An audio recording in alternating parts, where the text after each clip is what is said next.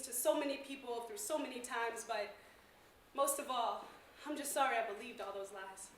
I guess it should come as no surprise that the right to my body is a social disguise, based on the notion that a man has a right to anything in his eyes, from my thighs to my hair, and no, not my dreads, but the ones down there, as long as my skirt was short enough to invite him to stare. So, I'm sorry. I apologize for this disguise that I put on, but I'm so glad you knew it was meant to turn you on, because the clothes that I wear have no significance to me as a human being. Rather, they're meant for you to define me by what you're seeing. Believing my hemline determines my inner being, I invite you to look down upon me while I suffocate beneath this glass ceiling, so forgive me.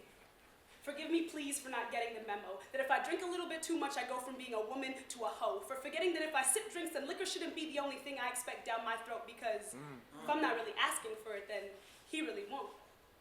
Now, I'm not sure if this apology is coming off entirely too sincerely, so let me take a minute to break it down for you a little bit more clearly. This apology is a symptom of a social disease, seen from football rosters in Steubenville to buses in New Delhi, with outbreaks of slut-shaming and victim-blaming mentalities, no cure in sight under this current system of patriarchy. We've got invisible wars leaving visible scars on members of our nation's military, and don't get me started on what the hell is going on politically. See, I'd write my local politician, but he's probably taken the lead on defining rape in terms of words such as legitimacy.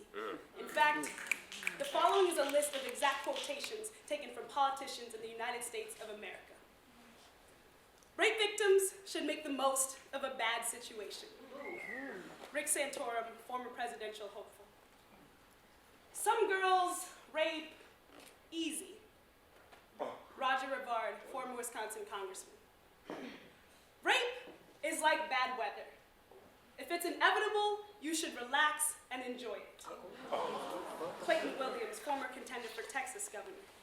See, this disease has reached the top of our nation's leadership to the point of being endemic. But even without a medical degree, I've got a 4-step regimen that's sure to end this. Number 1, remember rape is not about sex. It's about power and privilege. And if you don't believe me, take a detour into our nation's prison systems. Number 2, don't teach women self-defense, modest dress, or other ways to avoid being raped initially. Instead, let's foster a culture that teaches men not to rape indiscriminately.